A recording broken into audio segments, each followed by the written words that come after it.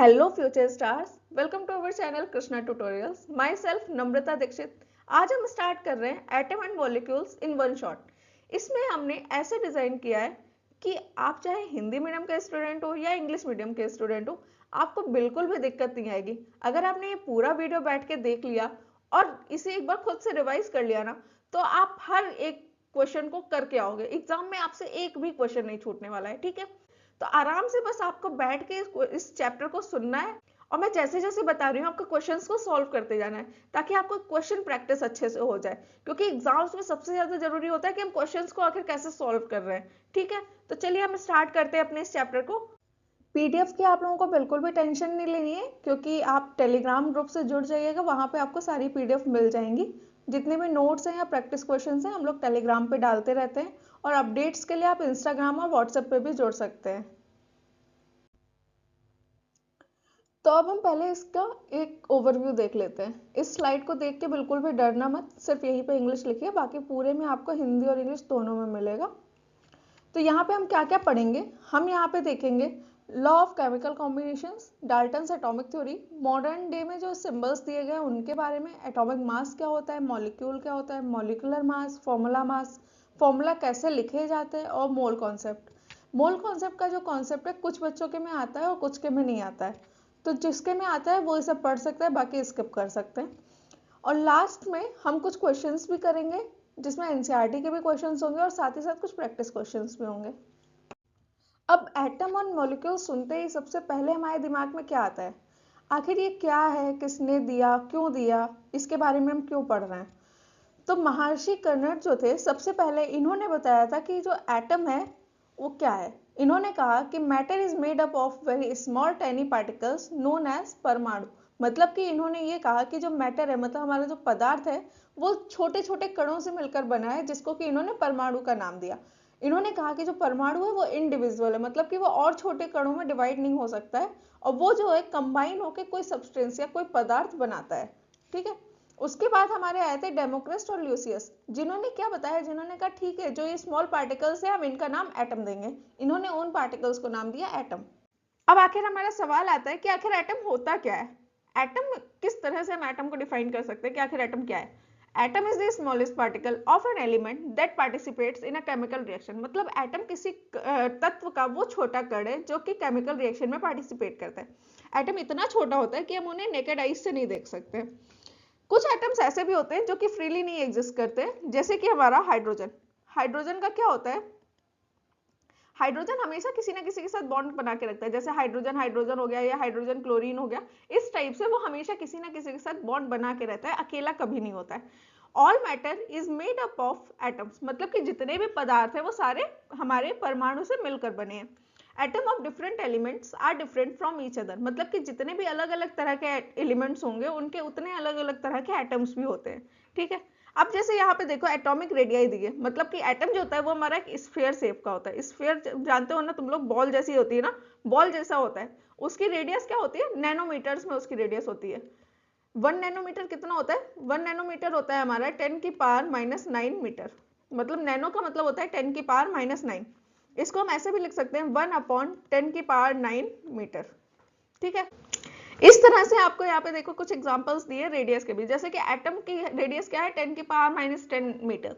Molecule of water की radius क्या दी गई 10⁻⁹। Molecule of haemoglobin 10⁻⁸। ये याद करने की जरूरत नहीं है, सिर्फ बताने के लिए कि एटम कितना छोटा होता है। यहाँ पे कुछ एग्जांपल्स हैं, जैसे देखो हाइड्रोजन का एटम क्या हुआ हमारा H, ऐसे ही ऑक्सीजन का एटम O हो गया, कार्बन का एटम हमारा हो गया C, ठीक है। तो एटम को अगर हमें डिफाइन करना है तो हम क्या बोलेंगे, सबसे स्मॉलेस्ट पार्टिकल किसी एलिमेंट का जो कि केमिकल रिएक्शन में पार्टिसिपेट करता है। सिंपल सी एक डेफिनेशन हमें याद रखनी है। नेक्स्ट आता है हमारा लॉ ऑफ केमिकल कॉम्बिनेशंस। इसमें पहला आता है लॉ ऑफ कंजर्वेशन ऑफ मास। ये किसने दिया था, ये दिया था एंटोनी लेवोशियर ने, ठीक है।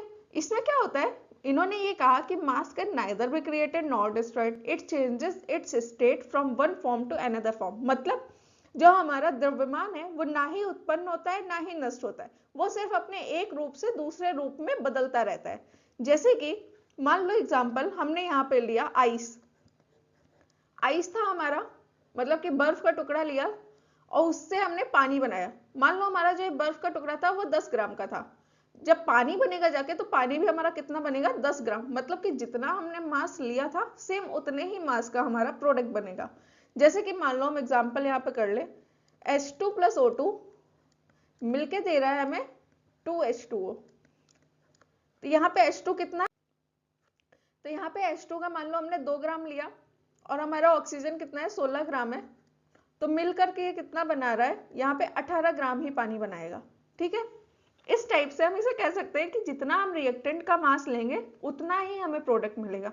जैसे कि मान लो तुमने 1 किलो शुगर लिया और 1 किलो सॉल्ट लिया, दोनों को मिक्स कर दिया, तो कितना होगा तुम्हारा 2 kgs, क्योंकि 1 kilo sugar plus 1 kilo salt होगा तुम्हारा 2 kgs। तो प्रोडक्ट कितना बनेगा, जो तुम्हारा मिक्सचर बनेगा वो कितना होगा 2 kgs का होगा। ठीक है, अब ये की एक्टिविटी है जो कि एनसीईआरटी में दी गई है, इसमें क्या बताया गया, जैसे कि मान लो तुमने कोई एक्स कंपाउंड लिया है और एक वाई कंपाउंड लिया है, जब एक्स वाले को वाई में मिक्स किया तो मिक्स करने पे हमारा कोई कंपाउंड जेड बन रहा है, तो हमारे जेड कंपाउंड का उतना ही मास होगा जितना हमारा एक्स प्लस वाई का मास होगा।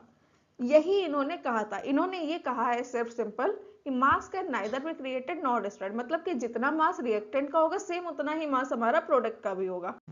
नेक्स्ट आता है हमारा लॉ ऑफ कांस्टेंट प्रोपोर्शन, जो कि जोसेफ प्रोस्ट ने दिया था। इन्होंने कहा a chemical compound always contains the same element together in a fix proportion, मतलब कि जो केमिकल कंपाउंड है उसमें जो एलिमेंट्स का प्रोपोर्शन होगा, रेशियो होगा, वो हमेशा सेम रहेगा।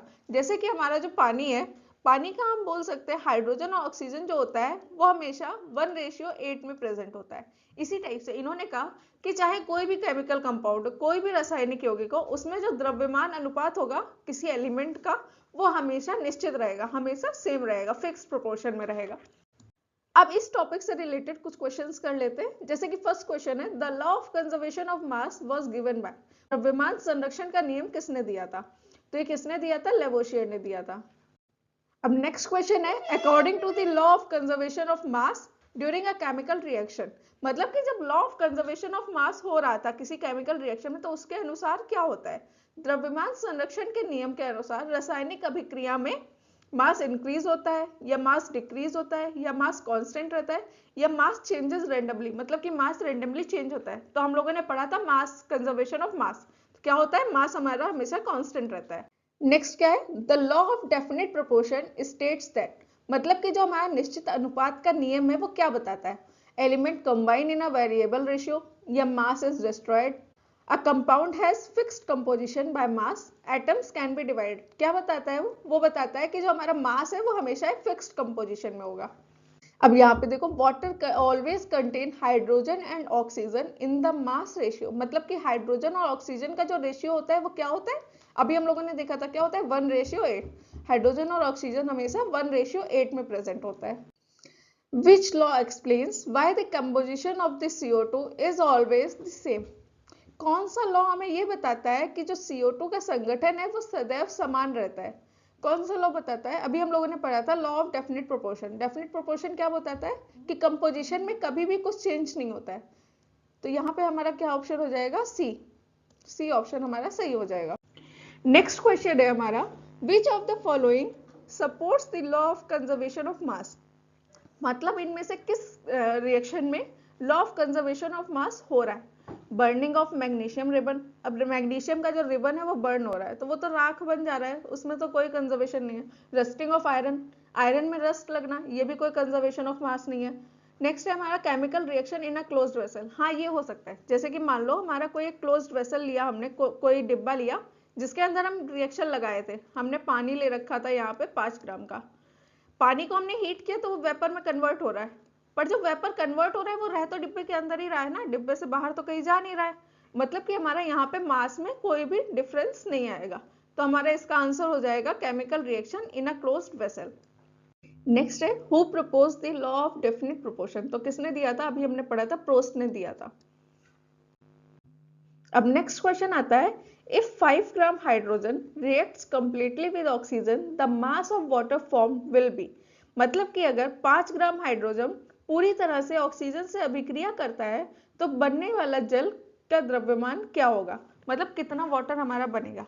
Equal to the mass of reactant. हम लोगों ने देखा था कि जितना मास हमारा हाइड्रोजन और ऑक्सीजन का होगा सेम उतना ही मास हमारा वाटर का भी बनेगा जाके, ठीक है। तो कितना होगा, equal to the mass of reactant. अब नेक्स्ट पूछा है विच स्टेटमेंट इज ट्रू, इनमें से कौन सा कथन सही है। मास can be created, mass can be destroyed, ये तो दोनों ही गलत हो गए। अभी हम लोगों ने पढ़ा था मास can neither be created nor destroyed.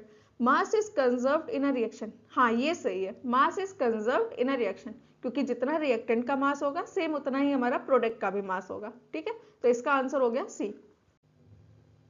Next है fixed ratio by mass is related to, किससे रिलेटेड होता है, कंपाउंड से, ठीक है।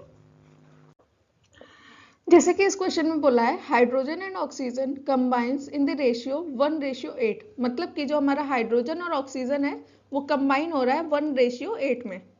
फिर बोला है if 2 gram hydrogen reacts completely, अगर 2 ग्राम हाइड्रोजन पूरी तरह से अभिक्रिया कर रहा है, मतलब रिएक्शन कर रहा है, तो हमें ऑक्सीजन कितना चाहिए होगा। मतलब कि 1 ग्राम जब हाइड्रोजन मिल रहा था तो कितना बना रहा था, 8 ग्राम ऑक्सीजन हमें चाहिए था। ऐसे ही अगर हम 2 ग्राम हाइड्रोजन ले रहे हैं तो कितना ऑक्सीजन चाहिए रहेगा, 8 × 2, मतलब हो गया हमारा 16 ग्राम ऑक्सीजन रिक्वायर्ड। अब जैसे कि देखो इस क्वेश्चन में क्या है, in a reaction 10 gram calcium oxide react with 7 gram of carbon dioxide, find the mass of calcium carbonate. Calcium carbonate कितना बना है हमें ये बताना है। तो कैल्शियम ऑक्साइड कितना दिया है इन्होंने, यहाँ पे लिख लेते हैं पहले हम जो दिया गया है। कैल्शियम ऑक्साइड दिया है इन्होंने 10 ग्राम, और साथ में इन्होंने क्या बोला है, CO2 जो है रिएक्ट कर रहा है, 7 ग्राम CO2 रिएक्ट कर रहा है, क्या बना रहा है, कैल्शियम कार्बोनेट।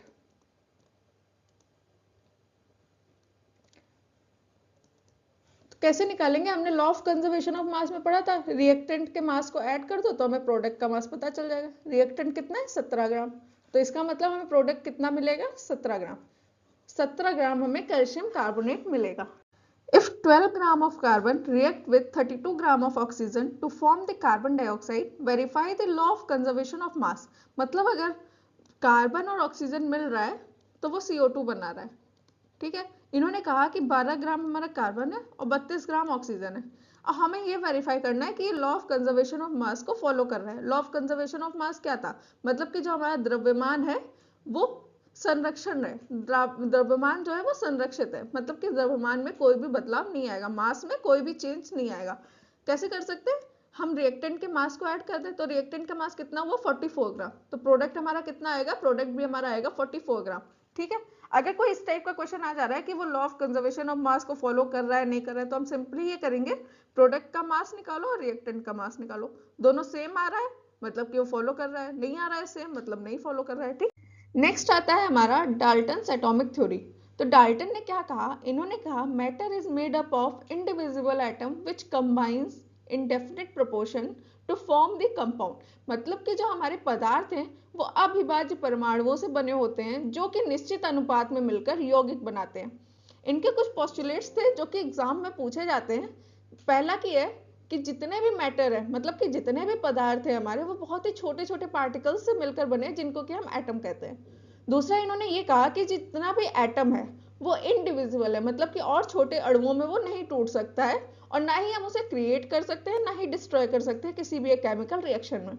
उसके बाद में इन्होंने कहा कि अगर कोई सेम एलिमेंट है, मतलब एक ही एलिमेंट के जितने भी एटम होंगे वो सारे सेम होंगे, उनका मास सेम होगा, उनकी प्रॉपर्टीज सारी सेम होंगी, लेकिन अगर कोई डिफरेंट डिफरेंट एटम है, मतलब मान लो हमने हाइड्रोजन और ऑक्सीजन लिया है, अगर तो डिफरेंट डिफरेंट तरह के एटम्स हैं तो उनका मास भी अलग होगा और उनकी प्रॉपर्टीज भी अलग होंगी, ठीक है।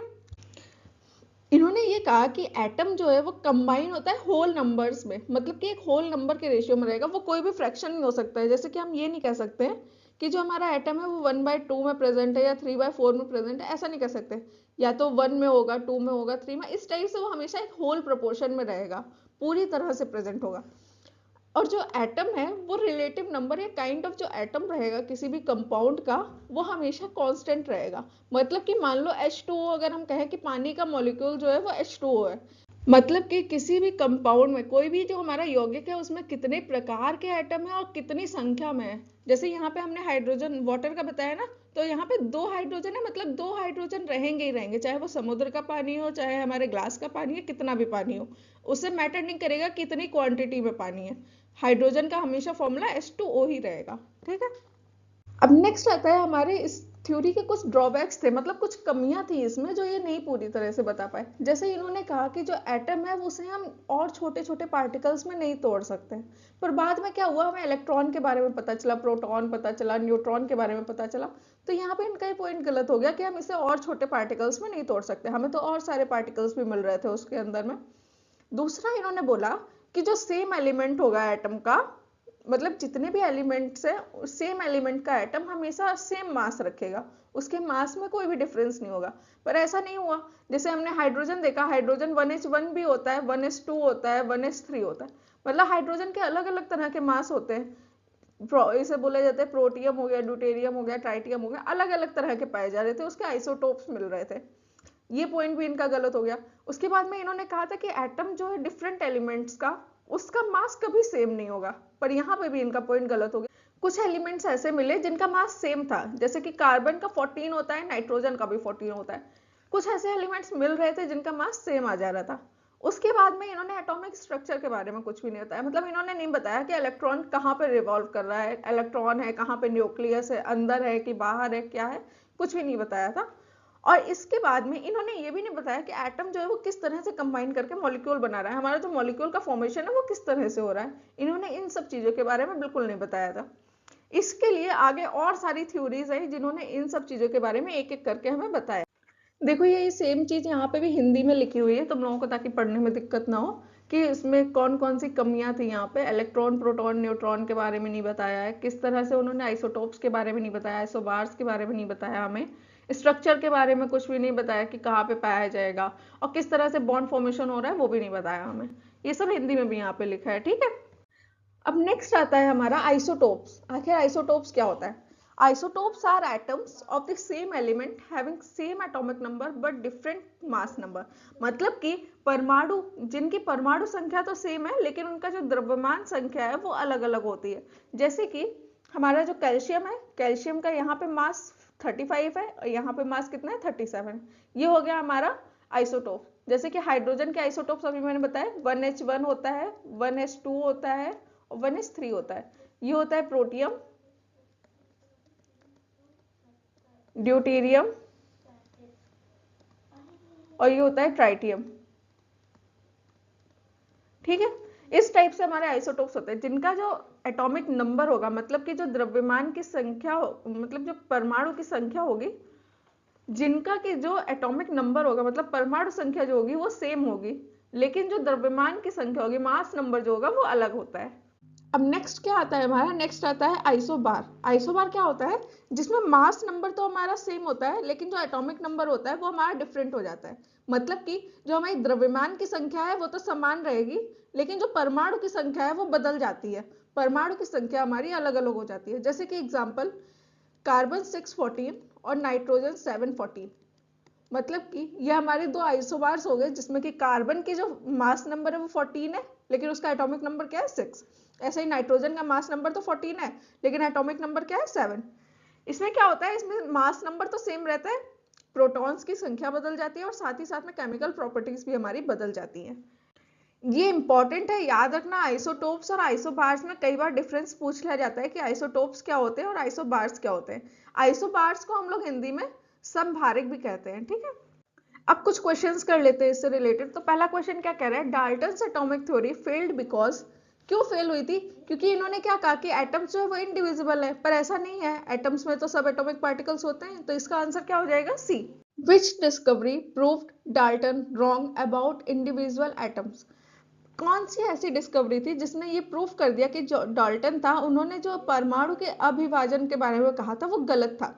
इन्होंने ये कहा था कि जो परमाणु है वो विभाजित नहीं हो सकता, मतलब वो और छोटे पार्टिकल्स में नहीं टूट सकता है, पर ऐसा नहीं था। बाद में हमें पता चला कि उसमें तो इलेक्ट्रॉन्स पाए जाते हैं, मतलब कि इलेक्ट्रॉन्स की डिस्कवरी हो गई थी उसके बाद में, जिसकी वजह से हमें पता चल गया कि इनकी जो थ्योरी थी वो गलत थी। ठीक है, तो इसका आंसर हो जाएगा हमारा इलेक्ट्रॉन्स। अगला क्या कह रहा है, आइसोटोप्स कॉन्ट्रडिक्ट विच पोस्टुलेट? मतलब कि जो समस्थानिक था वो डाल्टन के किस कथन को गलत प्रूफ कर रहा था? डाल्टन ने क्या कहा था कि जो सेम एलिमेंट के एटम होंगे वो आइडेंटिकल होंगे, पर ऐसा नहीं था, हमें आइसोटोप से पता चला कि वो आइडेंटिकल नहीं होते हैं। Same mass but different elements are called, मतलब कि समान द्रव्यमान लेकिन अलग अलग तत्वों को क्या कहा जाता है? हमने अभी पढ़ा था, क्या कहा जाता है? आइसोबार्स कहा जाता है। Dalton's theory does not explain, Dalton के सिद्धांत ने किसकी व्याख्या नहीं करी थी? Law of combination, chemical bonding, formation of compound, conservation of मास। तो उन्होंने क्या नहीं बताया था? केमिकल बॉन्डिंग के बारे में नहीं बताया था कि किस तरह से केमिकल बॉन्ड्स हमारे फॉर्म हो रहे हैं। अब नेक्स्ट क्या आता है हमारा? Modern day symbols of elements. Berzelius ने क्या कहा? बर्जीलियस ने कहा कि हम जो है इंग्लिश या लैटिन नेम्स यूज करेंगे और फर्स्ट या सेकंड लेटर लेके एलिमेंट का सिंबल बना देंगे, लेकिन इसके भी कुछ रूल्स बताए उन्होंने। जैसे कि इन्होंने कहा फर्स्ट लेटर हमेशा कैपिटल रहेगा, सेकंड लेटर जो होगा वो स्मॉल होगा, और हर एक एलिमेंट जो है उसका एक यूनिक सिंबल होगा, मतलब वो सिंबल किसी से मैच नहीं होगा। जैसे कि एग्जांपल दिया इन्होंने हाइड्रोजन, ऑक्सीजन के लिए ओ लिया, सोडियम के लिए Na जिसका लैटिन नाम होता है नेट्रियम, ऐसे ही आयरन के लिए Fe लिया जिसको कि हम लैटिन में फेरम बोलते हैं। ठीक है, इस टाइप से इन्होंने सारे एलिमेंट्स के लिए कुछ ना कुछ सिंबल्स दिए। ये कुछ 20 एलिमेंट्स हैं स्टार्टिंग के, जो कि तुम लोगों को आने चाहिए एटॉमिक नंबर और उसके सिंबल्स के साथ में, ताकि आगे के फॉर्मूलाज यूज करने में तुम्हें कोई दिक्कत ना हो। ठीक है, ये आराम से hydrogen, helium, lithium, beryllium, boron ऐसे करके याद करना तो याद हो जाएंगे। ठीक है, 4-5 बार बोल के देखना, आराम से याद हो जाएंगे। नेक्स्ट आता है हमारा एटॉमिक मास। क्या होता है एटॉमिक मास? किसी एक एटम का जो वेट होगा वो होता है एटॉमिक मास। ऐसे तो निकाला नहीं जाता है, तो क्या किया जाता है? उसके लिए कंपैरिजन यूज किया गया। तो साइंटिस्ट ने बोला हम कार्बन 12 को एक स्टैंडर्ड मान लेते हैं। उन्होंने कहा कि कार्बन 12 का जो एटम है उसको जब हम 12 अलग टुकड़ों में डिवाइड कर देंगे तो जो एक टुकड़ा होगा वो होगा हमारा 1 यूनिट के बराबर। मतलब कि जो कार्बन 12 का एक हिस्सा होगा उसे उन्होंने कहा 1 एटॉमिक मास यूनिट। देखो यहाँ पे क्या लिखा है? Atomic mass is the average mass of an atom expressed in atomic mass unit relative to carbon 12। मतलब कि कार्बन 12 के रिस्पेक्ट में जब हम परमाणु का औसत द्रव्यमान निकालते हैं तो वो होता है हमारा परमाणु द्रव्यमान। It takes into account all isotopes of an element, मतलब कि जितने भी समस्थानिक हमारे रहेंगे वो सारे इसमें शामिल हो जाते हैं। क्यों? क्योंकि जो हमारा इन्वायरमेंट है उसमें क्या होता है, उसमें आइसोटोप्स भी प्रेजेंट होते हैं एलिमेंट्स के। जो एटॉमिक मास होगा वो मास नंबर के इक्वल नहीं होता है। जैसे यहाँ पे देखो, यहाँ पे एटॉमिक मास ऑफ हाइड्रोजन कितना है? 1 यूनिट। ऐसे ही ऑक्सीजन का हम लिख सकते हैं 16 यूनिट, क्लोरीन का 35.5 यूनिट। पॉइंट्स में क्यों है? क्योंकि इसके आइसोटोप्स भी होते हैं। ठीक है, जो एटॉमिक मास होता है उसको हम लोग AMU या फिर U से रिप्रेजेंट करते हैं। ठीक है, अब इसको कैसे निकाला जाता है? एक एटॉमिक मास की जो वैल्यू होती है वो होती है 1/12 मास ऑफ कार्बन 12, मतलब कि 1/12 इंटू 12 अपॉन 6.022 इंटू 10 की पावर 23। इसकी वैल्यू आती है 1.66 इंटू 10 की पावर -24। अब देखो इस क्वेश्चन में क्या कर रहा है, इसमें कह रहा है 1 atomic mass unit is equals to, मतलब कि एक यूनिट किसके बराबर होती है? तो हमने देखा था 1/12 of mass of carbon 12 atom. ऐसे यहाँ पे पूछा है the value of 1 unit in 1 ग्राम, मतलब कि एक यूनिट की क्या वैल्यू होगी 1 ग्राम में? तो क्या होगी? बस यूनिट की हटा के वहां पे हमें ग्राम रखना है, तो क्या होगी? 1.66 इंटू 10 की पावर -24 ग्राम, क्योंकि हमने देखा था ना जो एक यूनिट होता है वो होता है 1/12 इंटू मास ऑफ कार्बन 12। ठीक है, जब इसे सॉल्व किया था तो हमारी क्या वैल्यू आई थी? 1.66 इंटू 10 की पावर -24 ग्राम। ठीक है, बस वही वैल्यू रखनी है यहाँ पे। अब देखो इस क्वेश्चन में क्या कहा है? The mass of 1 mole of carbon atom, मतलब कि 1 मोल कार्बन एटम का मास कितना है? 12 ग्राम। यहाँ पे दिया है 1 मोल कार्बन जो एटम है उसका मास हमें दिया है 12 ग्राम। ठीक है, और हमें पता है कि जो 1 मोल होता है उसमें कितने कार्बन एटम होते हैं? 6.022 इंटू 10 की पावर 23 कार्बन एटम्स। तो इनका कितना मास हो जाएगा? 12 ग्राम। अब हमें यहाँ पे पूछा क्या गया है? मास ऑफ 1 कार्बन एटम, मतलब एक कार्बन एटम का हमें मास निकालना है। तो एक कार्बन एटम का मास क्या हो जाएगा? 12 ग्राम अपॉन 6.022 इंटू 10 की पावर 23। ठीक है, तो इसे सॉल्व करने पे वैल्यू क्या आएगी? 1.99 इंटू 10 की पावर -23 ग्राम्स। देखो इस क्वेश्चन में क्या कहा है, इसमें कहा है यूजिंग एवोगाड्रो नंबर, मतलब कि एवोगाड्रो नंबर की यूज करके हमें एक एटॉमिक मास यूनिट की वैल्यू निकालनी है। जो हम लोगों ने अभी फॉर्मूला देखा था सेम वही चीज बोली है इन्होंने। 1 यूनिट होता है 1/12 ऑफ मास ऑफ कार्बन 12। कैसे सॉल्व करेंगे इसे? 1/12 मास निकालने के लिए हम क्या करते हैं, मास अपॉन में एवोगैड्रो नंबर। एवोगैड्रो की संख्या कितनी है? 1/12 इंटू 12 अपॉन 6.022 इंटू 10 की पावर 23। जब इसे सॉल्व करेंगे 12 से 12 कट गया, इन दोनों को सॉल्व करने पे हमारा क्या आएगा 1.66 इंटू 10 की पावर -24 ग्राम्स। ये हमारा आंसर हो गया। ठीक है, अब देखो इस क्वेश्चन में क्या कहा है, इसमें कह रहा है the atomic mass of oxygen is 16 unit. मतलब कि जो एटॉमिक मास है हमारा वो कितना दिया है इसने दिया है 16 यूनिट। और बोला क्या है, calculate the mass of 1 oxygen atom. Mass हमें निकालना है, मास ऑफ 1 ऑक्सीजन एटम। हमें एक ऑक्सीजन एटम का मास निकालना है, कितना होगा। तो कैसे निकालेंगे, 16 इंटू, अभी हमने देखा था यूनिट की वैल्यू क्या होती है, एक यूनिट की वैल्यू होती है 1.66 इंटू 10 की पावर -24 ग्राम्स। जब इसे सॉल्व करेंगे तो हमारा आएगा 2.656 इंटू 10 की पावर -23 ग्राम्स। ठीक है, ये हमारा आंसर हो गया।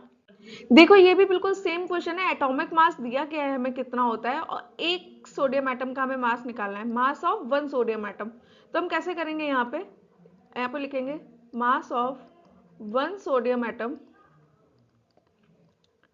Is equals to 23 into unit की वैल्यू रखनी है, याद रखना है हमें क्या, एक यूनिट इज इक्वल टू कितना होता है 1.66 इंटू 10 की पावर -24 ग्राम्स। ठीक है, बस यही वैल्यू रख दो 1.66 इंटू 10 की पावर -24 ग्राम्स। जब इसे सॉल्व करेंगे मल्टीप्लाई करने पे हमारा आंसर आएगा 3.818 इंटू 10 की पावर -23 ग्राम्स। ये हमारा आंसर हो गया। इस क्वेश्चन में देखो क्या कह रहा है, इसमें कह रहा है why does chlorine have an atomic mass of 35.5 unit not a whole number. मतलब कि जो क्लोरीन का परमाणु द्रव्यमान है वो 35.5 यूनिट क्यों है, पूर्ण संख्या क्यों नहीं है। तो क्यों होता है ऐसा, क्योंकि ये आइसोटोप्स की फॉर्म में प्रेजेंट होता है। इसके दो आइसोटोप पाए जाते हैं, एक होता है 35Cl, एक होता है 37Cl। जो 35Cl होता है ये हमारे इन्वायरमेंट में 75% पाया जाता है। ऐसे ही जो 37Cl होता है ये 25% होता है हमारे इन्वायरमेंट में। तो जब हम इसका एक एवरेज मास निकालते हैं दोनों आइसोटोप्स के साथ में, तो कैसे निकाला जाता है, 35 into 75 upon 100 plus 37 into 25 upon 100। जब इसे हम सॉल्व करते हैं तो हमारा आंसर आता है 35.5 यूनिट। तो अगर कोई पूछे कि क्यों इसका मास 35.5 यूनिट है, क्यों, क्योंकि इसके दो आइसोटोप्स होते हैं एनवायरनमेंट में, जिसकी हेल्प से हम एवरेज मास निकालते हैं इसका। ठीक है, अब देखो नेक्स्ट क्या है हमारा, नेक्स्ट है हाउ डू एटम एग्जिस्ट। मतलब कि एटम कैसे पाया जाता है एनवायरनमेंट में। तो जो हमारा एटम है वो एटम हमारा आयन या मॉलिक्यूल की फॉर्म में पाया जाता है। क्यों आयन या मॉलिक्यूल की फॉर्म में पाया जाता है, फ्रीली क्यों नहीं पाया जाता, मतलब पूरी तरह से स्वतंत्र क्यों नहीं होता है हमारे एनवायरनमेंट में, क्योंकि वो इतना ज्यादा अनस्टेबल होता है कि वो किसी दूसरे एटम के साथ मिलके कंबाइन होके आयन या मॉलिक्यूल फॉर्म कर लेता है, ताकि उसे एक स्टेबल इलेक्ट्रॉनिक कॉन्फ़िगरेशन मिल सके। स्टेबल इलेक्ट्रॉनिक कॉन्फ़िगरेशन, ठीक है, स्टेबल इलेक्ट्रॉनिक कॉन्फ़िगरेशन के लिए वो क्या करता है, किसी दूसरे एटम के साथ मिलके आयन या मॉलिक्यूल फॉर्म करता है। स्टेबल कैसे होता है इलेक्ट्रॉनिक कॉन्फ़िगरेशन, जब आउटर मोस्ट शेल में हमारे 8 इलेक्ट्रॉन्स होते हैं। कहाँ पे, आउटर मोस्ट शेल, जो हमारी आउटर मोस्ट शेल है उसमें जब 8 इलेक्ट्रॉन होंगे तो वो हमारा एक स्टेबल कॉन्फ़िगरेशन होगा। जैसे कि हम देख सकते हैं जो हमारी नोबल गैसेस होती है वो फ्रीली एग्जिस्ट करती है, क्यों, क्योंकि जो इनका होता है स्टेबल कॉन्फ़िगरेशन होता है। जैसे एग्जांपल ले लो नियॉन, नियॉन क्या होता है, नियॉन का 10 एटॉमिक नंबर होता है। तो अगर हम इसे सॉल्व करें इलेक्ट्रॉनिक कॉन्फ़िगरेशन इसका लेके तो क्या होता है 2,8, आउटर मोस्ट शेल में 8 इलेक्ट्रॉन है, मतलब ये पूरी तरह से स्टेबल है। इसी तरह से अगर हम ले ले क्लोरीन, क्लोरीन का कितना होता है 17 होता है एटॉमिक नंबर।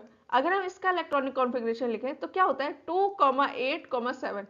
यहाँ पे तो 7 ही इलेक्ट्रॉन है, एक इलेक्ट्रॉन और आ जाए तो शायद 8 हो जाए और ये फिल हो जाए पूरी तरह से, पर यहाँ पे क्या है सिर्फ 7 इलेक्ट्रॉन है, मतलब कि अनस्टेबल है।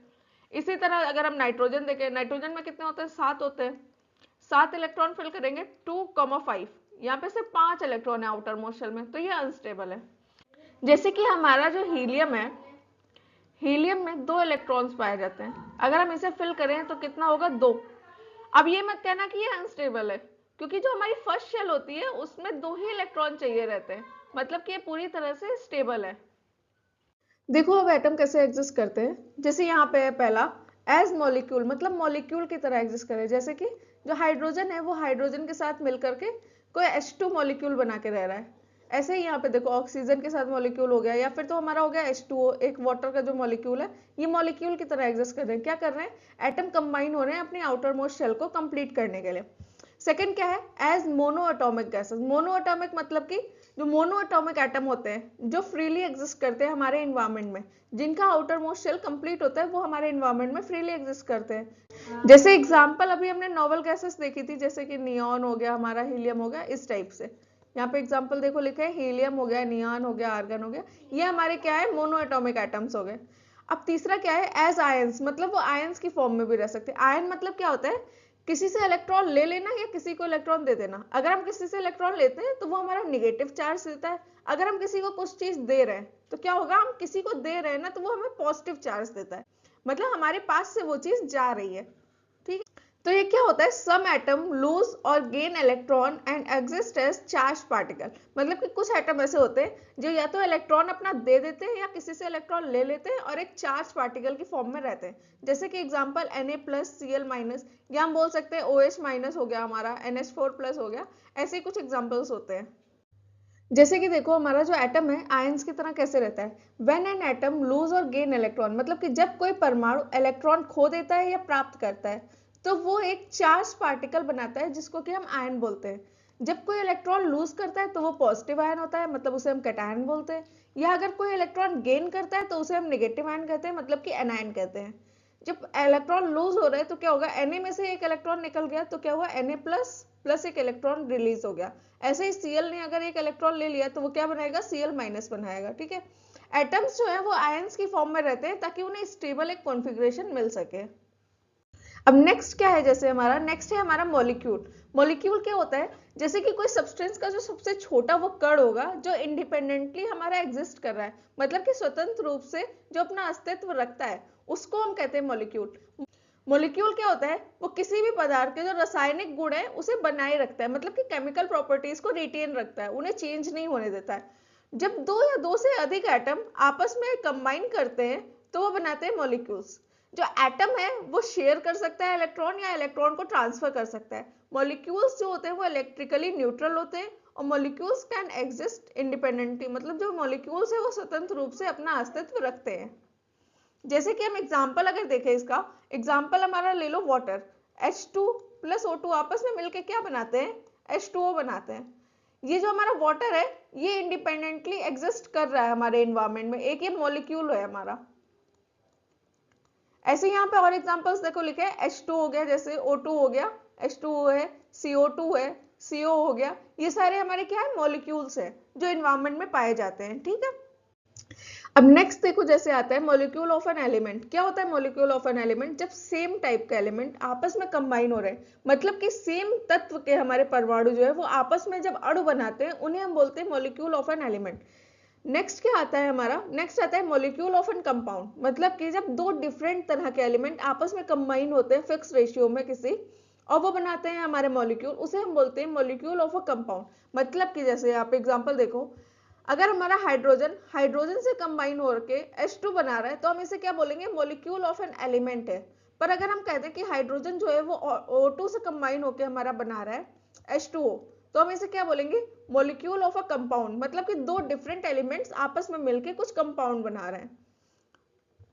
एग्जाम्पल जैसे यहाँ पे हम लोग देख सकते हैं, H2O हो गया हमारा, CO2 हो गया, NH3 हो गया, ये सारे हमारे क्या एग्जाम्पल है, मॉलिक्यूल ऑफ अ कंपाउंड के।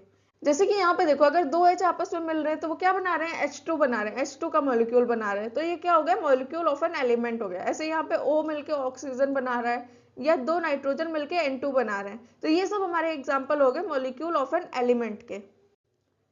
अब जैसे एटॉमिसिटी है हमारा, जो एटॉमिसिटी किसी एटम का क्या होगा, तो एटॉमिसिटी निकालने के लिए हम क्या करते हैं, किसी मॉलिक्यूल में कितने नंबर ऑफ एटम्स प्रेजेंट हैं, अगर किसी मॉलिक्यूल में कितने नंबर ऑफ एटम्स प्रेजेंट है हमें पता चल जाएगा तो हम बता देंगे कि उसकी एटॉमिसिटी क्या है।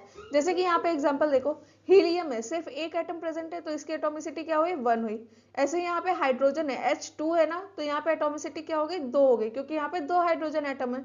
ऐसे ही अगर हम ओजोन देखें, O3 होता है, तो यहाँ पे क्या हुआ, हमारे 3 एटम प्रेजेंट है, इसलिए इसकी एटॉमिसिटी क्या हो गई, 3 हो गई। इस टाइप से हम नंबर ऑफ एटम्स गिन लेते हैं, जितने नंबर ऑफ एटम्स होंगे उसकी वही एटॉमिसिटी हो जाएगी मॉलिक्यूल या कंपाउंड में। ठीक है। जैसे टाइप्स ऑफ एटॉमिसिटी अगर हम देखें, मोनो एटॉमिक क्या होता है, जब एटॉमिसिटी 1 होती है हमारी।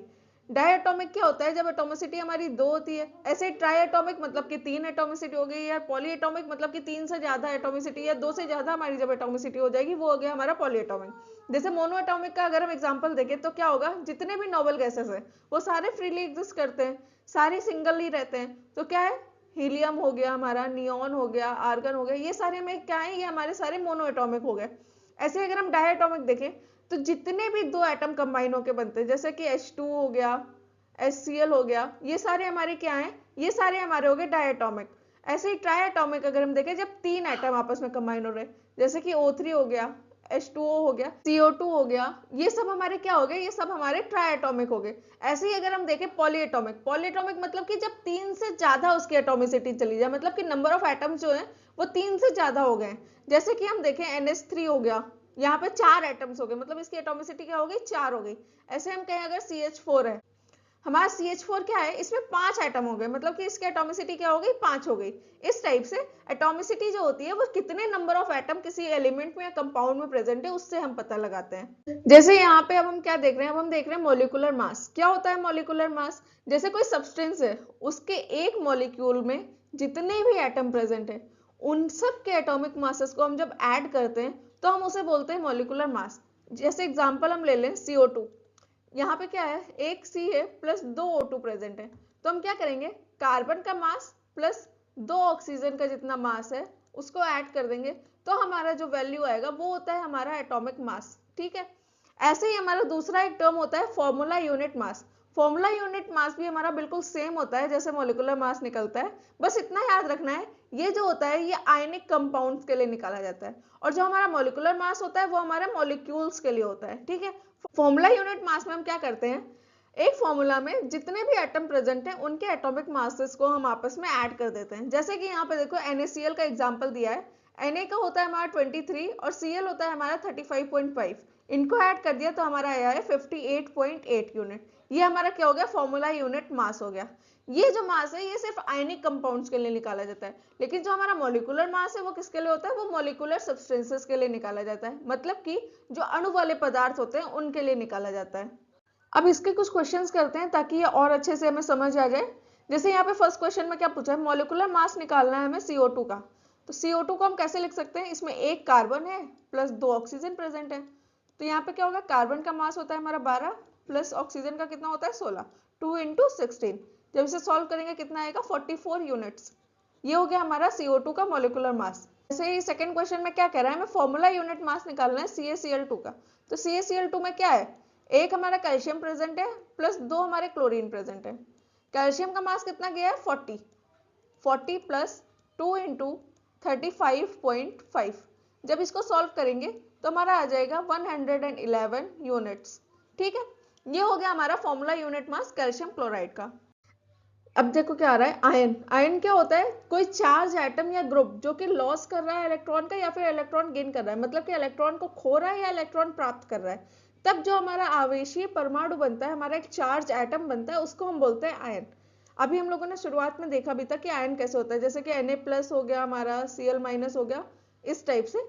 अगला क्या है हमारा, वैलेंसी। वैलेंसी क्या होता है, जब हमारे आयन की जो कंबाइनिंग कैपेसिटी है, मतलब कि हमारे आयन की जितनी कंबाइनिंग कैपेसिटी है वो होती है उसकी वैलेंसी, कि आयन जो है वो कितना किसी चीज से कंबाइन कर रहा है, एक जुड़ेगा कि 2 जुड़ेगा कि 3 जुड़ेगा, ये इस टाइप से उसकी वैलेंसी होती है। जो वैलेंसी होती है वो हमेशा मैग्नीट्यूड लिया जाता है, सिर्फ साइन नहीं लिया जाता है, सिर्फ मैग्नीट्यूड लिया जाता है, मतलब हमारा आयन पॉजिटिव है कि नेगेटिव है उससे नहीं मतलब है, कितना मैग्नीट्यूड है उसका, बस इससे मतलब रहेगा, मतलब उसका परिणाम क्या है बस इससे मतलब रहेगा, हमें उसके आवेश से कोई भी मतलब नहीं रहेगा। जैसे यहाँ पे देखो कुछ आयंस दिए गए जो आप लोगों को याद करने हैं, क्योंकि इससे ही आपको फॉर्मूला बनाने में इजी रहेगा, वरना तो फॉर्मूला बनाने में बहुत दिक्कत आती है। सोडियम का होता है Na+ आयन, ऐसे ही पोटेशियम के लिए K+ होता है, सिल्वर के लिए Ag+ होता है, कॉपर फर्स्ट का होता है Cu+। इस तरह से हम ये वैलेंसी के साथ साथ आयंस को याद कर सकते हैं। जैसे कि अगर एक चार्ज है ऊपर तो कितना है, एक वैलेंसी है। जब दो चार्ज आ जाता है तो कितना हो जाता है, वैलेंसी उसकी 2 हो जाती है। ऐसे ही अगर तीन चार्ज आ जाता है तो क्या होता है, वैलेंसी उसकी 3 हो जाती है। इस टाइप से हम वैलेंसी निकालते हैं। मतलब जो आयन है वो कितनी कंबाइनिंग कैपेसिटी रख रहा है, किसी के साथ कितनी संयोजन करने की क्षमता वो रखता है, उसे हम कहते हैं वैलेंसी उसकी। अब नेक्स्ट देखो, जैसे है हाउ डू एटम कंबाइन, मतलब एटम कैसे कंबाइन कर रहा है। अभी हम लोगों ने देखा था एटम क्या करता है, एटम कंबाइन करता है किसी दूसरे एटम से ताकि वो एक स्टेबल इलेक्ट्रॉनिक कॉन्फ़िगरेशन अपना बना सके। मतलब कि जैसे मान लो हमने सोडियम का एग्जांपल लिया, सोडियम का इलेक्ट्रॉनिक कॉन्फ़िगरेशन होता है 2,8,1। यहाँ पे सिर्फ एक इलेक्ट्रॉन प्रेजेंट है बाहर की शेल में, उसकी जो वैलेंस शेल होती है, मतलब कि जो बाहर वाली शेल है उसमें सिर्फ एक इलेक्ट्रॉन प्रेजेंट है। तो क्या करेगा, अपना एक इलेक्ट्रॉन किसी को दे देगा और बना लेगा हमारा Na+ में आते ही इसका इलेक्ट्रॉनिक कॉन्फ़िगरेशन क्या हो जाएगा, 2,8। जैसे ही 2,8 हुआ, ये क्या हुआ, पूरी तरह से स्टेबल हो गया। क्यों, क्योंकि इसके आउटर मोस्ट शेल में 8 इलेक्ट्रॉन आ गए, जो कि एक ऑक्टेट रूल के हिसाब से सबसे स्टेबल रहता है, जिसको कि हम नोबल गैसेस कॉन्फ़िगरेशन भी कहते हैं। ठीक है, ऐसे ही हमारा जो हाइड्रोजन और हीलियम रहता है वो स्टेबल होता है जब उसके आउटर मोस्ट शेल में 2 इलेक्ट्रॉन्स होते हैं। ठीक है, जितनी ज्यादा कम एनर्जी होगी उतना ज्यादा स्टेबल हमारा कंपाउंड बनता है। जैसे कि यहाँ पे देखो, सोडियम ने जब एक इलेक्ट्रॉन लूज किया तो वो क्या बना रहा है, Na+ बना रहा है। ऐसे ही जो क्लोरीन है, क्लोरीन का कितना होता है, 17। क्या होता है, 2,8,7।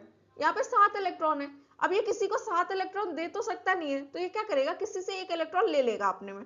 जैसे ही इसको कहीं से एक इलेक्ट्रॉन मिला, ये क्या बना लेगा, Cl-। इसका इलेक्ट्रॉनिक कॉन्फ़िगरेशन हो जाएगा 2,8,8। ये एक स्टेबल फॉर्म में आ गया। ठीक है, जैसे यहाँ पे एग्जांपल देखो लिखा है H+H मिलके क्या बना रहा है, H2 बना रहा है। यहाँ पे क्या हो रहा है, शेयरिंग ऑफ इलेक्ट्रॉन, मतलब वो लोग आपस में इलेक्ट्रॉन को शेयर कर रहे हैं। वो H के पास भी इलेक्ट्रॉन रहेगा, वो जो इलेक्ट्रॉन होगा वो H के पास भी रहेगा, इस वाले H के पास भी है और इस वाले H के पास भी है। ये होता है शेयरिंग ऑफ इलेक्ट्रॉन। और यहाँ पे दूसरे एग्जांपल में क्या है, Na+Cl जब आपस में मिल रहे हैं तो वो क्या कर रहे हैं, इलेक्ट्रॉन का ट्रांसफर कर रहे हैं। मतलब कि Na अपना एक इलेक्ट्रॉन दे रहा है और Cl उस इलेक्ट्रॉन को ले रहा है। यहाँ पे क्या है, इलेक्ट्रॉन जो है वो Cl के पास में सिर्फ रहेगा, Na के पास में वो इलेक्ट्रॉन नहीं रहेगा। ये होता है ट्रांसफर ऑफ इलेक्ट्रॉन। ठीक है, हाँ। अब जैसे देखो, इस स्लाइड में बिल्कुल सेम वही लिखा है, जिसको नहीं समझ आया वो हिंदी में देख लो। स्थिरता प्राप्त करने के लिए वो क्या करता है, दूसरे परमाणु से जाके जुड़ जाता है ताकि वो अपने एटम को स्टेबल कर पाए। ठीक है, यहाँ पे देखो, यहाँ से और अच्छे से समझ आएगा। जैसे कि जो ए एटम है वो क्या कर रहा है, अपना इलेक्ट्रॉन दे रहा है बी को, तब यहाँ पे ए पॉजिटिव बन रहा है और हमारा जो बी है वो क्या बन रहा है, निगेटिव बन रहा है। यहाँ पे क्या हो रहा है, इलेक्ट्रॉन का ट्रांसफर, मतलब कि तुम अपनी कोई चीज दूसरे को दे रहे हो तो क्या कर रहे हो, ट्रांसफर कर रहे हो उस चीज का। ऐसे ही शेयरिंग, शेयरिंग मतलब तुम और दूसरा कोई इंसान है वो आपस में मिलकर शेयर कर रहे हो किसी चीज को बांट रहे हो आपस में, तो वो क्या होता है, शेयरिंग। मतलब ये जो इलेक्ट्रॉन है, ये इलेक्ट्रॉन ए के लिए भी काम करेंगे और साथ ही में ये बी के लिए भी काम करें। ये होता है हमारा शेयरिंग ऑफ इलेक्ट्रॉन। ठीक है, अब नेक्स्ट क्या आता है, नेक्स्ट आता है हमारा केमिकल फॉर्मूला। क्या होता है केमिकल फॉर्मूला, एक सिंबॉलिक रिप्रेजेंटेशन होता है, मतलब कि हम किस तरह से उसे रिप्रेजेंट कर रहे हैं। हमारा जो फॉर्मूला है उसमें कौन कौन से एलिमेंट प्रेजेंट है, हम उसे किस तरह से रिप्रेजेंट कर रहे हैं, कैसे लिखा जाता है ये। इसमें हम क्या करते हैं, जैसे मान लो हमारा Na है और Cl है।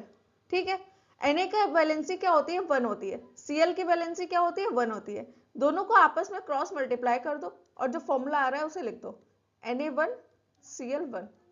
क्या हो गया, हमारा फॉर्मूला हो गया हमारा NaCl। ठीक है, इसके अभी कुछ क्वेश्चंस करेंगे तो ये जल्दी से समझ में आएगा। जैसे देखो, कैरेक्टरिस्टिक क्या होती है इसकी, मतलब इससे हमें क्या पता चलता है, इससे हमें पता चलता है कि जो हमारा कंपाउंड है उसमें कौन कौन से एलिमेंट्स प्रेजेंट है, या फिर कितने नंबर ऑफ एटम्स कोई प्रेजेंट है, कौन सा मॉलिक्यूल फॉर्मूला है, या फिर उसका जो फॉर्मूला यूनिट है वो क्या है। ये जो होता है ये हर एक कंपाउंड के लिए हमेशा फिक्स रहता है। Helps in calculating the molecular mass और द फॉर्मूला यूनिट मास, मतलब कि मॉलिक्यूलर मास और फॉर्मूला यूनिट मास निकालने में भी हेल्प करता है। चलो एग्जांपल्स देखते हैं इसके, तब और ज्यादा अच्छे से समझ आएगा। जैसे कि फर्स्ट देखो, यहाँ पे क्या कह रहा है, सोडियम क्लोराइड। सोडियम क्लोराइड क्या होता है, Na, क्लोराइड का क्या होता है, Cl। Na की वैलेंसी क्या होती है, 1। ऐसे Cl की वैलेंसी क्या होती है, 1। दोनों को आपस में क्रॉस मल्टीप्लाई करो, क्या आया है हमारा, Na1Cl1, इसको कैसे लिखेंगे NaCl। ठीक है, ये हो गया हमारा सोडियम क्लोराइड का फॉर्मूला। ऐसे ही हम अगर कैल्शियम ऑक्साइड को लिखेंगे केमिकल फॉर्मूला, तो क्या लिखेंगे, कैल्शियम का क्या होता है Ca, ऑक्साइड का क्या होता है O, कैल्शियम की वैलेंसी क्या होती है 2, ऐसे ऑक्साइड की वैलेंसी क्या होती है 2। इनका जब क्रॉस मल्टीप्लाई करेंगे तो हमारा क्या आएगा Ca2O2। यहाँ पे हम इसे सिंपल वर्ड्स में कैसे लिख सकते हैं, CaO, यहाँ से 2 से 2 कैंसिल हो जाएगा तो हमारा क्या हो जाएगा CaO। ठीक है, ऐसे ही अगर हम मैग्नीशियम क्लोराइड देखें, मैग्नीशियम का क्या होता है, क्लोरीन का क्या होता है Cl, ऐसे ही मैग्नीशियम की कितनी वैलेंसी होती है हमारी 2 और क्लोरीन की कितनी होती है 1। तो जब इसका क्रॉस मल्टीप्लाई करेंगे तो हमारा क्या आएगा MgCl2। ठीक है, ऐसे ही अगर एल्यूमिनियम ऑक्साइड का लिखे तो Al ऑक्साइड का O, एल्यूमिनियम का कितना होता है 3 वैलेंसी होती है, ऑक्साइड की 2 होती है, इसका क्रॉस मल्टीप्लाई किया हमने, क्या आया हमारा Al2O3। पोटेशियम सल्फेट, अब पोटेशियम सल्फेट अगर तुमने फॉर्मूला ही नहीं याद किया जो मैंने अभी पीछे स्लाइड बताई थी, अगर तुमने वो वैलेंसीज नहीं याद किया तो तुम्हें लिखने में बहुत दिक्कत होने वाली है। जैसे पोटेशियम का हमारा हो गया K और सल्फेट का हमारा होता है SO4। K का कितना होता है वैलेंसी 1 होता है, SO4 का वैलेंसी हमारा 2 होता है, इनका क्रॉस मल्टीप्लाई किया तो हमारा क्या आया K2SO4। ठीक है, ऐसे ही कैल्शियम हाइड्रोक्साइड, कैल्शियम क्या होता है Ca, हाइड्रोक्साइड क्या होता है OH। OH पे हमारी कितनी वैलेंसी होती है 1 होती है और कैल्शियम की कितनी होती है 2 होती है। जब इनको आपस में मल्टीप्लाई किया तो कैसे लिखोगे CaOH का होल 2, मतलब ये पूरा एक ही कंपाउंड है तो इसे हम ब्रैकेट में लिखेंगे, OH पे पूरे पे हमारा 2 आएगा। ठीक है, जैसे यहाँ पे देखो, यहाँ पे क्या है एल्यूमिनियम क्लोराइड, एल्यूमिनियम का क्या होता है Al, क्लोराइड का Cl, एल्यूमिनियम का कितना होता है 3 होता है, क्लोरीन का कितना होता है 1 होता है, आपस में इसे मल्टीप्लाई कर दिया तो कितना आया हमारा AlCl3। ऐसे यहाँ पे सोडियम Na होता है, कार्बोनेट क्या होता है CO3, Na का कितना होता है 1 होती है वैलेंसी, कार्बोनेट की कितनी होती है 2 वैलेंसी होती है, आपस में इसे मल्टीप्लाई करेंगे तो हमारा क्या आएगा Na2CO3। ठीक है, यहाँ पे जैसे एल्यूमिनियम सल्फेट लिखा है, एल्यूमिनियम क्या होता है Al, सल्फेट हमने अभी देखा था क्या होता है SO4, एल्यूमिनियम की वैलेंसी होती है 3 और सल्फेट की कितनी होती है 2, आपस में जब इसे मल्टीप्लाई करेंगे तो हमारा क्या आएगा Al2SO4 होल का 3। ठीक है, बस ये जरूर ध्यान रखना है कि ये पूरा कंपाउंड है तो मल्टीप्लाई अगर आएगा ना तो पूरे कंपाउंड पे आएगा नंबर। जैसे यहाँ पे देखो आयरन ऑक्साइड, आयरन क्या होता है Fe, कितनी वैलेंसी, यहाँ पे देखो वैलेंसी हमें लिख कर दिया, आयरन की कितनी दी है इसने 3, ऑक्साइड क्या होता है O, कितना होता है इसका 2 होता है, जब इसे आपस में मल्टीप्लाई करेंगे तो कितना आएगा Fe2O3। ठीक है, ये इतने क्वेश्चंस मैंने करा दिए, अगर कुछ दिक्कत होती है तो आप लोग कमेंट कर सकते हो। अब हमारा आज का लास्ट टॉपिक बचा है जो कि मोल कॉन्सेप्ट। क्या होता है मोल कॉन्सेप्ट, पहले हम देखते हैं मोल्स क्या है। मोल्स आखिर होते क्या है, मोल्स जो है किसी सब्सटेंस के अमाउंट की वो यूनिट है। मोल्स क्या होते हैं, मोल्स ना किसी सब्सटेंस के अमाउंट की एक यूनिट होती है जिसकी वैल्यू होती है 6.022 इंटू 10 की पावर 23। मतलब कि हमारा जो 1 मोल होगा, 1 मोल हमारा इक्वल होगा 6.022 इंटू 10 की पावर 23 पार्टिकल्स, ये होता है हमारा 1 मोल। ठीक है, इसमें हमें क्या करना है, इसमें हमें सीधे सिर्फ ये 3 फॉर्मूले जो है हमारे ये याद रखने, इन 3 फॉर्मूलों से हमारा इसका कोई भी क्वेश्चन आएगा वो सॉल्व हो जाएगा। जैसे अगर हमें नंबर ऑफ मोल्स निकालने कि जो हमारा कंपाउंड है उसमें कितने नंबर ऑफ मोल्स प्रेजेंट है, या हमारा जो सब्सटेंस है उसमें कितने नंबर ऑफ मोल्स प्रेजेंट है, तो कैसे निकालेंगे, मोल्स इज इक्वल्स टू होता है गिवन मास अपॉन में मोलर मास, मतलब कि हमें जो मास दिया गया है वो अपॉन में जो कंपाउंड है उसका मोलर मास निकालना है, मतलब मॉलिक्यूलर मास निकालना है। ठीक है, ये होता है हमारा मोल्स का फॉर्मूला।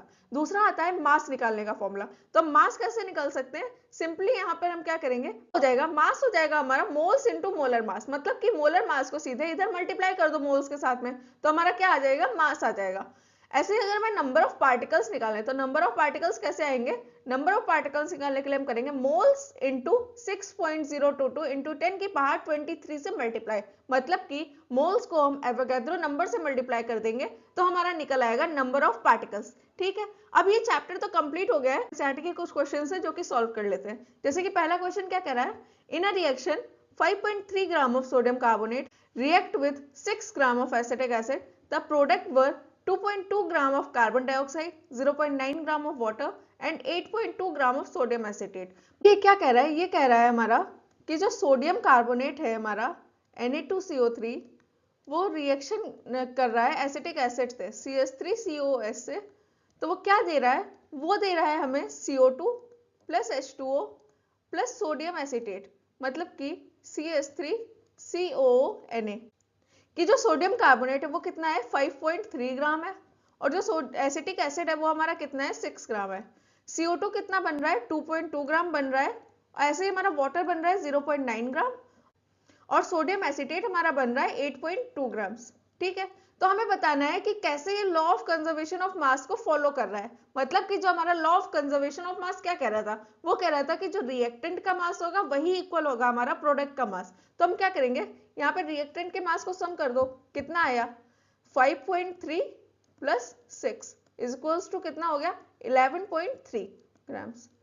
ये हमारा क्या होगा रिएक्टेंट का मास। ऐसे ही हम प्रोडक्ट के मास को भी अगर सम कर दे तो हमारा प्रोडक्ट का मास क्या हो जाएगा 2.2 प्लस 0.9 प्लस 8.2 इक्वल्स टू कितना आ रहा है 11.3 ग्राम्स।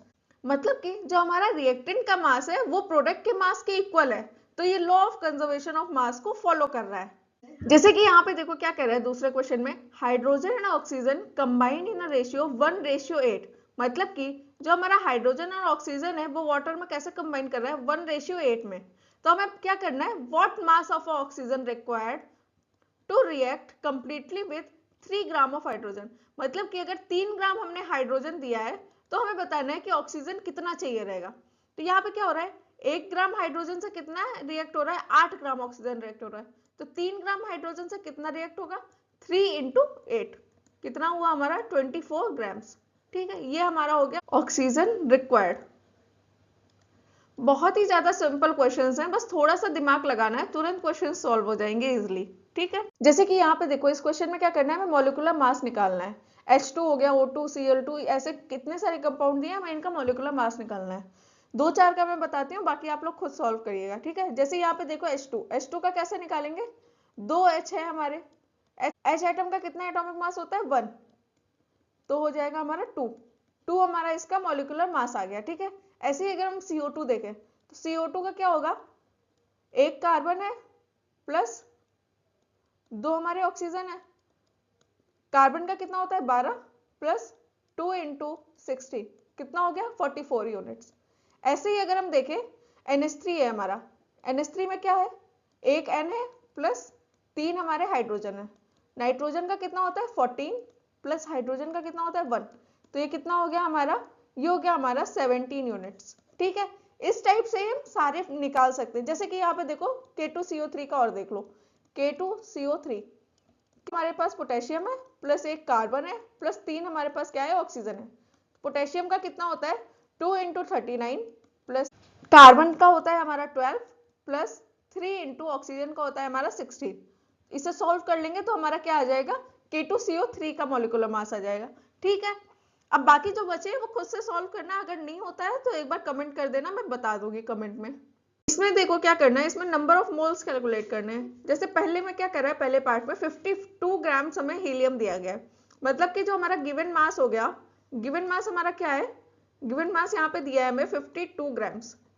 हमें पता है कि मोलर मास क्या होता है हमारे हीलियम का, हीलियम का हमारा मोलर मास होता है 4 ग्राम्स। तो हम मोल्स कैसे निकालेंगे, मोल्स इज इक्वल्स टू हो जाएगा 52 अपॉन में 4, मतलब कि गिवन मास अपॉन में मोलर मास, डिवाइड करेंगे कितना आएगा 13 मोल्स। ठीक है, तो ये हो गया हमारा फर्स्ट वाला पार्ट। अब देखो इस क्वेश्चन में क्या है, हमें मास कैलकुलेट करना है। मास आराम से कैलकुलेट कर लेंगे, हमें मोल्स दिए गए, गिवन मास निकालना है, मतलब कि हमें मास निकालना है उसका क्या है, और हमें मोलर मास तो पता ही होता है कि क्या होता है। तो हम यहाँ पे क्या करेंगे, हमें मोल्स कितना गया है 0.5, और यहाँ पे N2 है, N2 मतलब 2 इंटू N, तो इसका मोलर मास क्या हो जाएगा 2 इंटू 14 मतलब कि 28। तो यहाँ पे अगर हम मास निकालेंगे तो मास कितना हो जाएगा, मास इज इक्वल्स टू हो जाएगा 0.5 इंटू 14 मतलब कि 7 ग्राम्स। ठीक है, थर्ड देखते हैं। जैसे कि थर्ड में इसमें क्या कहा है 3.011 इंटू 10 की पावर 23, ये पावर में है 23, मल्टीप्लाई में नहीं रहेगा, 23 नंबर्स ऑफ एटम दिए गए हैं हमें क्या निकालना है, हमें निकालना है मास। तो मास कैसे निकलेगा, मास के लिए हमें क्या चाहिए, हमें पहले मोल्स निकालने पड़ेंगे। तो मोल्स के लिए फॉर्मूला क्या होता है, मोल्स इज इक्वल्स टू होता है जो हमें नंबर दिए गए हैं अपॉन में एवोगैड्रो नंबर। तो नंबर कितना दिया है 3.011 इंटू 10 की पावर 23 अपॉन 6.022 इंटू 10 की पावर 23। जब इसे डिवाइड करेंगे तो कितना आएगा 1/2 इज इक्वल्स टू हो जाएगा 0.5 मोल्स। हमें मोल्स पता चल गए तो हम क्या करेंगे, सिंपल मास का फॉर्मूला लगाएंगे, mass is equals to 0.5 into molar mass nitrogen का क्या रहेगा हमारा 14। जब इसको सॉल्व करेंगे तो कितना आएगा 7 ग्राम्स। ठीक है, ऐसे सॉल्व होगा। ऐसे ही हमारा सेम फोर्थ वाला भी सॉल्व होगा। यहाँ पर क्या है 6.022 इंटू 10 की power 23 number of N2 atoms दिए गए, तो हमें जब यहाँ पे मोलर मास रखना होगा तो हम N2 का मोलर मास रखेंगे। ठीक है, सेम इसी तरह से सॉल्व होगा। सेम वही देखो करना है इस क्वेश्चन में भी। यहाँ पे हमें क्या नंबर ऑफ पार्टिकल्स निकालने हैं। जैसे कि यहाँ पे हमें मास दिया गया है, मास हमें गिवन है, मास कितना है 46 ग्राम्स। तो हमें निकालना क्या है नंबर ऑफ पार्टिकल्स। तो पहले हम क्या करेंगे, पहले हम निकालेंगे यहाँ से moles. Moles is equals to हो जाएगा 46 अपॉन सोडियम। सोडियम का मास कितना होता है 23। इससे जब डिवाइड करेंगे तो कितना आया 2 मोल्स। हमारे कितने आ गए 2 मोल्स आ गए। जब हम यहाँ से नंबर ऑफ पार्टिकल्स निकालेंगे तो नंबर ऑफ पार्टिकल्स हमारे हो जाएंगे is equals to 2 into 6.022 into 10 की पावर 23। इसको सॉल्व कर देंगे तो हमारे नंबर ऑफ पार्टिकल्स आ जाएंगे। सेम वही देखो यहाँ पे सेकेंड वाले पार्ट में भी करना है और थर्ड वाले पार्ट में भी सेम वही चीज है। हमें मोल्स दिए गए और नंबर ऑफ पार्टिकल्स निकालने हैं। तो नंबर ऑफ पार्टिकल्स का सिंपल फॉर्मूला हम लगाएंगे, मोल इनटू में एवोगैड्रो नंबर। ठीक है, ऐसे हम सॉल्व कर लेंगे। अब देखो ये क्वेश्चन क्या कह रहा है, ये कह रहा है which has more number of atoms, मतलब कि किसमें नंबर ऑफ एटम्स ज्यादा होंगे। एक हमें दिया है 100 ग्राम सोडियम का और एक दिया है हमें 100 ग्राम आयरन का। तो हम यहाँ पे क्या करेंगे मोल्स निकाल लेंगे। और हमें पता है जितने ज्यादा मोल्स होते हैं उतना ही ज्यादा नंबर ऑफ एटम्स भी होते हैं। ठीक है, तो हम सिंपली मोल निकाल के पता कर सकते हैं कि किसमें नंबर ऑफ एटम्स हमारे ज्यादा होंगे। जैसे यहाँ पे अगर हम मोल निकालें तो क्या होगा 100 अपॉन सोडियम का कितना होता है 23। इसको सॉल्व कर लेंगे और यहाँ पे सेम यही करेंगे, हम मोल्स निकालेंगे इज इक्वल्स टू हो जाएगा 100 ग्राम अपॉन आयरन का कितना होता है 56। यहाँ पे देखो यहाँ पे क्या है हमारा डिनोमिनेटर छोटा है तो इसकी वैल्यू क्या आ रही है, इसकी वैल्यू आ रही है हमारी 4 पॉइंट कुछ करके आएगी। और सेम यहीं पे यहाँ पे क्या आएगा हमारा 1 पॉइंट कुछ वैल्यू आएगी। तो हमारी इसके मोल्स कम है और इसके मोल्स ज्यादा है, तो हमारा क्या बढ़ा, हमारे नंबर ऑफ एटम्स किस में ज्यादा होंगे, सोडियम वाले में ज्यादा होंगे। ठीक है, ये क्वेश्चन एक थोड़ा अलग है, इसे देखो कैसे करेंगे। Is 0.24 gram of compound of oxygen and boron, मतलब कि ऑक्सीजन और बोरॉन का एक कंपाउंड है जिसका इन्होंने दिया है 0.24 ग्राम्स। ठीक है, उन्होंने बोला कि जब एनालिसिस की गई तो हमारा जो बोरॉन था हमारा 0.096 ग्राम और वही हमारा जो ऑक्सीजन है वो है हमारा 0.144 ग्राम्स।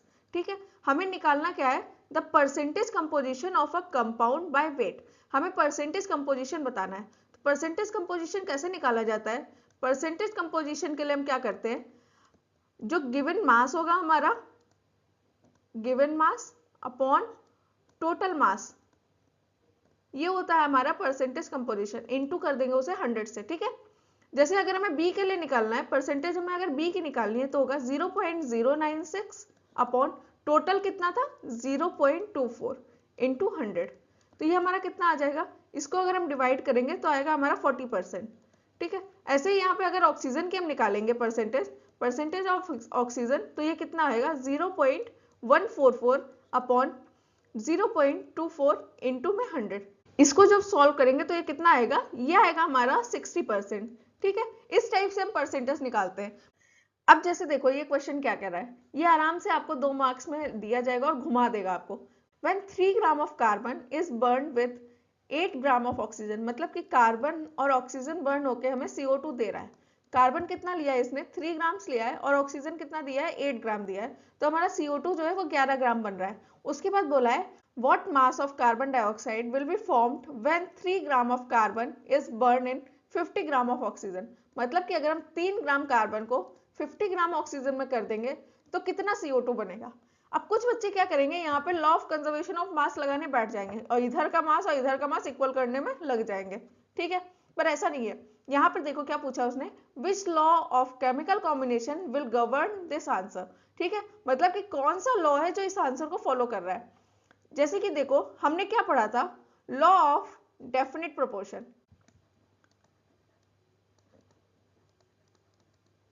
मतलब कि कितना अमाउंट किसी कंपाउंड को बनने में चाहिए, ये एक फिक्स रेशियो में रहता है हमेशा। अगर यहाँ पे 3 ग्राम कार्बन यूज हो रहा है तो 3 ग्राम कार्बन के लिए बस 8 ग्राम ही हमें ऑक्सीजन चाहिए होगा। 8 ग्राम ऑक्सीजन से जब हमारा CO2 बन जा रहा है तो हम क्यों 50 ग्राम डालेंगे भाई, क्यों हम फालतू में ऑक्सीजन यूज करेंगे।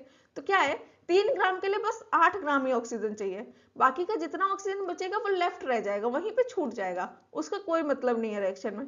ठीक है, तो हमें यहाँ पे क्या बताना था, ये कौन सा लॉ फॉलो कर रहा है, ये फॉलो कर रहा है हमारा लॉ ऑफ डेफिनिट प्रोपोर्शन को। ठीक है, इस टाइप के क्वेश्चन में बच्चे बहुत दिमाग लगाएंगे लॉ ऑफ कंजर्वेशन लगाने का, पर आपको ध्यान रखना है कि क्वेश्चन आखिर आपसे कहना क्या चाहता है। क्वेश्चन को अच्छे से 2-3 बार पढ़ो, उसके बाद में उसे सॉल्व करो, पहले देखो उसमें क्या क्या कहा गया है आपसे। देखो जैसे कुछ इस टाइप के भी क्वेश्चन आते हैं लैंग्वेज वाले, व्हाट आर पॉलीएटॉमिक आयंस, मतलब कि बहुपरमाणिक आयन जो होते हैं वो क्या होते हैं। पॉलीएटॉमिक आयंस क्या होते हैं, ये एक तरह के चार्ज्ड आयन होते हैं जो कि 2 या 2 से अधिक एटम से मिलकर बने होते हैं विद अ केमिकल बॉन्ड। ये जो होते हैं ये एक सिंगल यूनिट की तरह काम करते हैं, मतलब कि एक इकाई के रूप में कार्य करते हैं। जैसे यहाँ पे देखो एग्जांपल्स दिए, अमोनियम आयन हो गया हमारा, सल्फेट हो गया, नाइट्रेट हो गया, कार्बोनेट हो गया, हाइड्रोक्साइड हो गया, इस टाइप के ये जो आयंस होते हैं इन्हीं को हम बोलते हैं पॉलीएटॉमिक आयंस, मतलब कि जो एक या एक से अधिक एटम से मिलकर बने हो और साथ ही साथ वो चार्ज्ड आयन हो, मतलब उसपे पॉजिटिव या नेगेटिव चार्ज भी हो। ठीक है, अब नेक्स्ट देखो यहाँ पे क्या है, यहाँ पे पूछा है इसने केमिकल फॉर्मूला लिखने को। अभी मैंने इतने सारे केमिकल फॉर्मूलाज कराए तो ये आप लोग खुद से सॉल्व करना, केमिकल फॉर्मूला लिखने की कोशिश करना, अगर नहीं होता है तो कमेंट में बता देना मुझे। जैसे यहाँ पे देखो अब कुछ नाम दिए गए जिसमें हमें बता रहे हैं कौन कौन से एलिमेंट्स प्रेजेंट है। क्विकलाइम, क्या होता है क्विकलाइम, CaO, मतलब कि यहाँ पे कैल्शियम है और ऑक्सीजन है हमारा। हाइड्रोजन ब्रोमाइड, यहाँ पे हाइड्रोजन प्रेजेंट है और ब्रोमीन प्रेजेंट है। ऐसे बेकिंग पाउडर, क्या होता है बेकिंग पाउडर का फॉर्मूला NaHCO3, मतलब कि यहाँ पे हमारा क्या प्रेजेंट है, सोडियम प्रेजेंट है, हाइड्रोजन है, कार्बन है और साथ में 3 हमारे ऑक्सीजन भी प्रेजेंट है। ऐसे ये लिखा है पोटेशियम सल्फेट, क्या होता है पोटेशियम सल्फेट, K2SO4।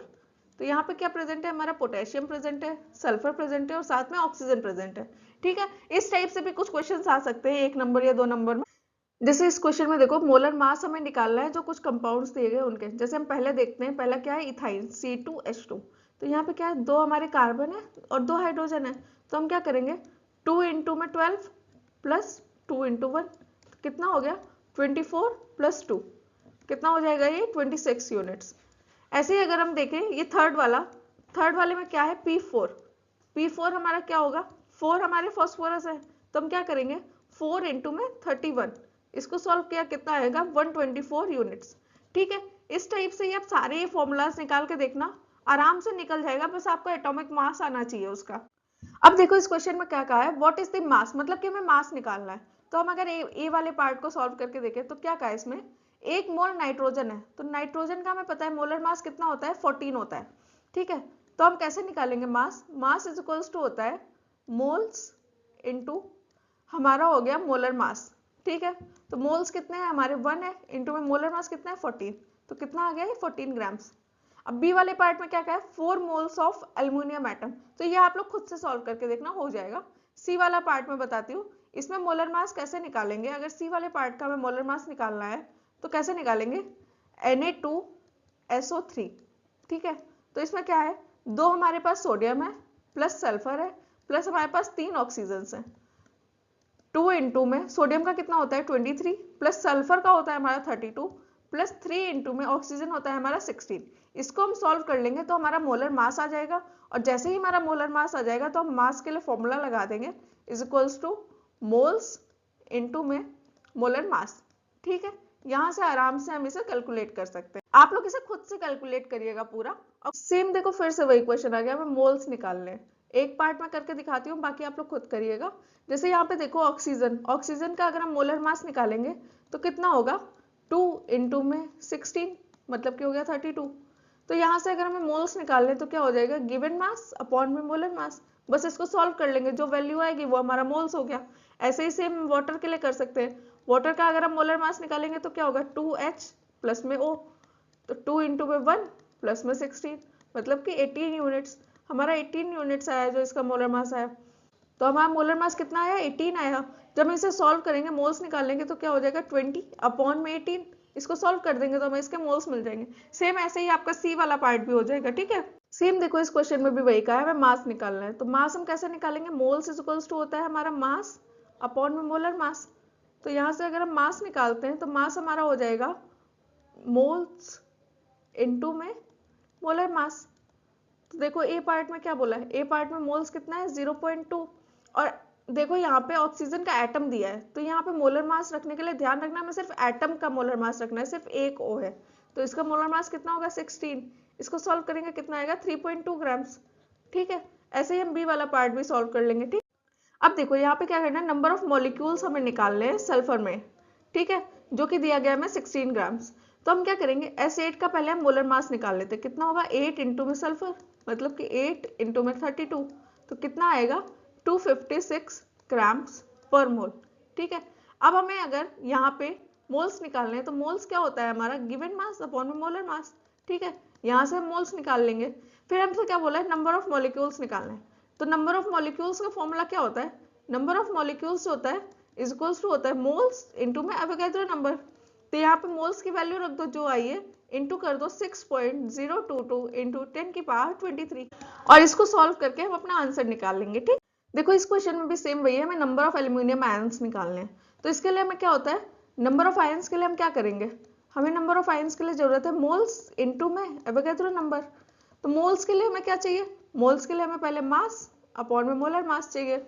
अब मोलर मास का हम यहाँ से निकाल लें अगर, तो मोलर मास क्या होगा हमारा Al2O3 का, एल्यूमिनियम ऑक्साइड का फॉर्मूला होता है Al2O3, तो इसका मोलर मास निकालो 2Al प्लस 3O, 2 इंटू में 27 प्लस 3 इंटू में 16। ठीक है, यहाँ से हम इसका मोलर मास निकाल लेंगे। जब मोलर मास की वैल्यू यहाँ पे रखेंगे 0.051 अपॉन में हम यहाँ पे रखेंगे 2 इंटू में 27 प्लस 3 इंटू में 16। ठीक है, ये सॉल्व करके फिर जब ये मोल्स की जो हमारी वैल्यू आएगी इसको हम उठा करके यहाँ पे रख देंगे, तो हमारे नंबर ऑफ आयंस आराम से निकल आएंगे। आप लोग सॉल्यूशन खुद से लगाइएगा तो एग्जाम में भी आपको कोई दिक्कत नहीं होगी। अगर किसी को कैलकुलेशन करने में दिक्कत होती है तो मुझे बता देना, मैं एक शॉर्ट वीडियो बना दूंगी जिसमें कि मैं कैलकुलेशन आराम से बता दूंगी। ठीक है, तो थैंक यू गाइस, आपका चैप्टर यहीं पे एंड होता है। ये पूरा एक वन शॉट था, मैंने सोचा कि आपको एक ही पूरी वीडियो में कैसे पूरा टॉपिक समझा दिया जाए, तो आपका ये पूरा एक वन शॉट था जो मैंने कोशिश की है कि हर एक तरह का क्वेश्चन में हर तरह की टॉपिक करा दूं। आपको कैसा लगा है जरूर बताइएगा, और हाँ लाइक शेयर सब्सक्राइब भर के करिएगा और इसे खूब ज्यादा शेयर करिए ताकि और लोग भी इसे देख सके। ठीक है, थैंक यू सो मच।